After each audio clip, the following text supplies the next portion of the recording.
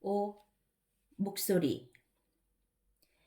당신이 지금 이 편지를 읽고 있다면, 나에게 이 편지가 반송되지 않았다면, 당신의 가족은 아직 그 병원 2층에 살고 있는 것이겠지요. 18세기에 인쇄소로 지어졌다던 석조 건물은 지금쯤 연한 담쟁이 잎으로 덮였겠지요. 중정으로 이어지는 돌계단 틈으로 자잘한 제비꽃들이 피었다가 졌겠지요.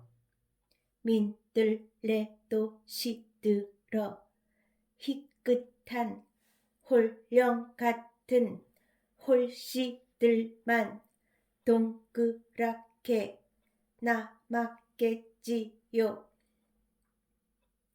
굵게 찍힌 문장부호 같은 야생 개미들이 줄을 이어 계단 가장자리를 오르내리고 있겠지요.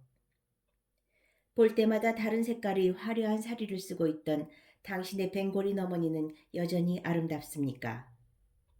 차디찬 회색 눈으로 내 안구를 들여다보던 늙은 독일인 아버지는 아직 안과 의사입니까? 당신이 낳았다는 딸은 이제 많이 자랐습니까? 이 편지를 읽는 지금 당신은 아이를 외조부에게 보이려고 잠시 다니러 온 참입니까? 이 편지를 읽는 지금 당신은 아이를 외조부모에게 보이려고 잠시 다니러 온 참입니까? 당신이 쓰던 북쪽 방에 머물면서 이따금 유모차를 밀고 나가 강가를 산책합니까? 당신이 좋아했던 오래된 다리 앞의 벤치에 앉아 쉬며 늘 호주머니에 담고 다니던 필름 조각들을 꺼내 눈에 대고 태양을 올려다봅니까? 처음으로 당신과 나란히 그 다리 앞의 벤치에 앉았을 때 당신은 그렇게 문득 청바지 주머니에서 2개의 네거티브 필름 조각을 꺼냈지요. 가무잡잡하고 날씬한 팔을 들어 두 눈을 필름들로 가리고 해를 올려다보았지요. 견딜 수 없게 가슴이 떨려왔습니다. 당신이 그렇게 하는 것을 예전에 본 적이 있었기 때문입니다. 당신의 아버지에게 처음 진료를 받던 날, 그러니까 그해 6월 초순의 오후였습니다.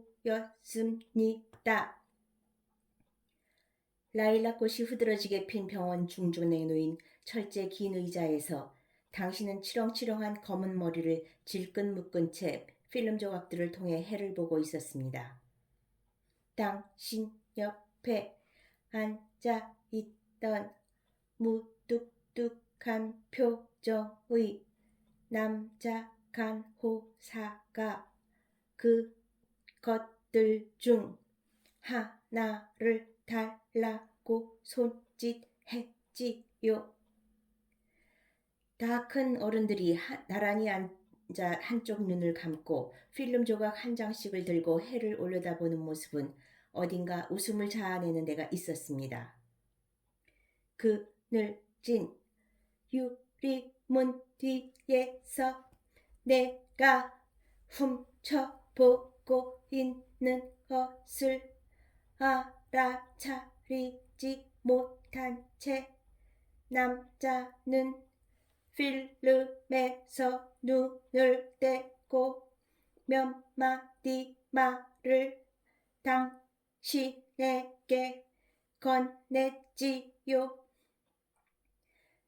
당신은 주의 깊게 남자의 입술을 바라보았습니다. 순간 남자가 당신의 입술에 어색하고 짧게 입 맞추었습니다. 두 사람이 연인이 아니라는 것은 분명해 보였기에 나는 놀랐습니다. 당신 역시 놀란 듯 흠칫 물러 앉았다가 이내 용서하듯 날렵하게 남자의 뺨에 입 맞추었습니다. 함께 해를 보았으므로 생긴 우정의 너그러운 의뢰라는 듯이 당신은 가볍게 일어서서 남자가 들고 있던 필름을 빼앗았습니다. 남자는 얼굴이 붉어진 채 멋쩍게 웃었지요. 당신도 웃었습니다. 말없이 돌아서서 사라지는 당신의 뒷모습을 남자는 여전히 멋쩍은 얼굴로 지켜보고 있었습니다. 그 몇 분간의 완전한 정적이 17살의 나에게 얼마나 깊은 인상을 남겼는지 당신은 알지 못했겠지요. 얼마 지나지 않아 당신이 그 병원집의 딸이라는 것을, 갓난아이였을 때 열병을 앓다 청력을 잃었다는 것을, 이태전에 특수학교를 졸업한 뒤 병원 건물 뒤쪽의 창고에서 목가구를 제작하며 지내오고 있다는 것을 알게 되었습니다. 그러나 그 사실들이 그날 내가 본 짧은 장면의 서늘함을 다 설명해 줄 수는 없었습니다. 그 후 진료를 받기 위해 병원 현관에 들어설 때마다, 당신이 일하는 창고에서 전기톱 소리가 들려올 때마다, 작업복 차림으로 무심히 강가를 산책하는 당신을 먼 발치에서 볼 때마다 나는 라일락 냄새를 갑자기 들이마신 것처럼 멍해지곤 했습니다. 한 번도 누군가와 입 맞춰 본 적 없는 내 입술이 미세한 전류에 감전된 듯 비밀스럽게 떨려오곤 했습니다. 당신의 얼굴은 어머니 쪽을 더 닮았지요. 질끈 묶은 검은 머리채와 다갈색 피부도 보기 좋았지만 가장 아름다운 것은 눈이었습니다. 고독한 고동으로 단련된 사람의 눈, 진지함과 장난스러움, 따스함과 슬픔이 부드럽게 뒤섞인 눈, 무엇이든 섣불리 판단하지 않고 일단 들여다보겠다는 듯 커다랗게 열린 채 무심히 일렁이는 검은 눈. 이제 당신의 어깨를 툭 건드린 뒤 필름 한 조각을 달라고 손짓해야 하는 순간이었겠지만 나는 그렇게 하지 못했습니다. 당신이 두 눈에서 필름 조각들을 떼어낼 때까지 그저 당신의 동그란 이마를, 거기 흘러내려 달라붙은 곱슬곱슬한 잔머리칼을, 순수한 혈통의 인도 여자처럼 조그만 보석을 붙이면 완전해질 것 같은 콧날을, 거기 맺힌 동그란 땀방울들을 지켜보고만 있었습니다. 뭐가 보여요. 내가 묻는 동안 당신은 주의 깊게 내 입술을 들여다보았지요. 순간 그 무뚝한 얼굴의 남자 간호사를 이해할 수 있었습니다.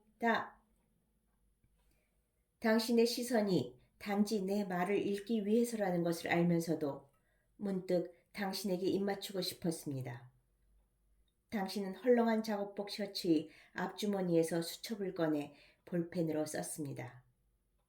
내 눈으로 직접 봐. 그때부터 내 시력은 이미 불안정했습니다. 섣부른 안과 수술은 오히려 실명을 앞당길 뿐이라는 임상 결과들을 나에게 차근차근 설명하며 당신의 아버지는 값싼 동정심을 보이지 않기 위해 일부러 냉정한 얼굴을 하고 있었습니다. 강한 빛이 해롭다는 것은 아직 증명되지 않았지만 조심하는 편이 현명하다고 그는 충고했습니다.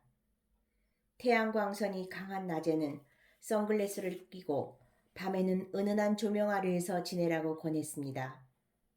배우처럼 눈에 띄는 검은색 선글라스가 부담스러웠던 나는 엷은 녹색을 넣은 안경을 끼고 생활하는 편을 택했습니다.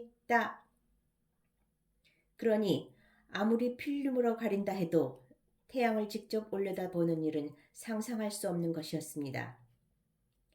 내가 주저하는 것을 알아차리고 당신은 다시 수첩에 썼습니다.